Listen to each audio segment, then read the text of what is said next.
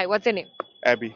Abby, what's the first thing you notice in someone you're attracted to? Her eyes mostly. How feminine she is. What is the biggest green flag in a partner? I don't know actually because I've mostly met people with the red flags. Red flags. Okay, so my next question is what is the biggest red flag?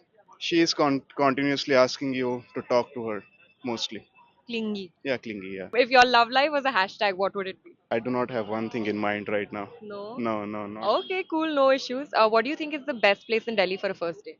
Probably this place because I've been to mostly this place, Cafe Dory. Mostly, yeah. Cafe Yeah, Dori. yeah. Okay, great. What do you think is the worst place in Delhi for a first date?